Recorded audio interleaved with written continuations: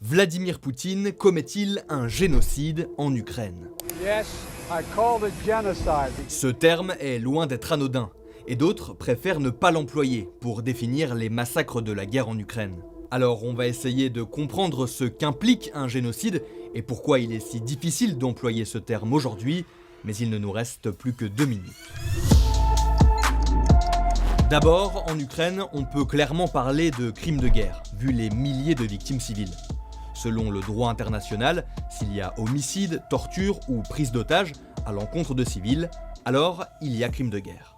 Mais pour utiliser le terme génocide, là, il faut prouver la volonté d'éradication d'un groupe de population. Je serais prudent avec les termes aujourd'hui parce que... Pourquoi ? Et parce que ce sont des peuples frères. Génocide, ça a un sens, c'est...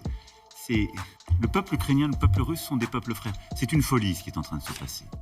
Le président ukrainien voudrait que le terme génocide soit adopté par ses alliés, parce que ça pourrait avoir de grosses conséquences juridiques.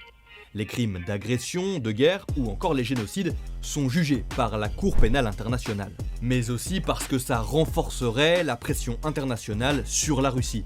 Par exemple, pour les États-Unis, c'est clair, il s'agit d'un génocide. That Putin is just trying to wipe out the idea of even being able to be an Ukrainian.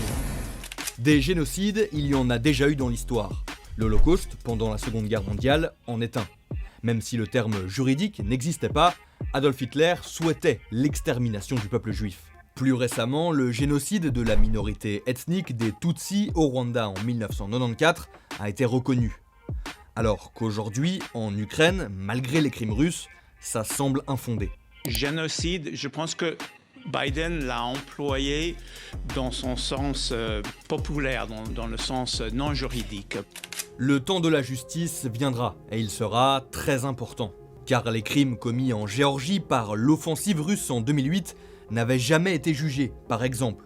Et c'est peut-être aussi un sentiment d'impunité qui a encouragé Vladimir Poutine à envahir l'Ukraine. Même si le génocide n'est pas reconnu dans cette guerre, d'autres crimes pourraient avoir de lourdes conséquences sur le chef du Kremlin et les autres commanditaires. En attendant, des experts de la Cour pénale internationale ont déjà été dépêchés sur place en Ukraine pour recueillir les faits qui s'y déroulent.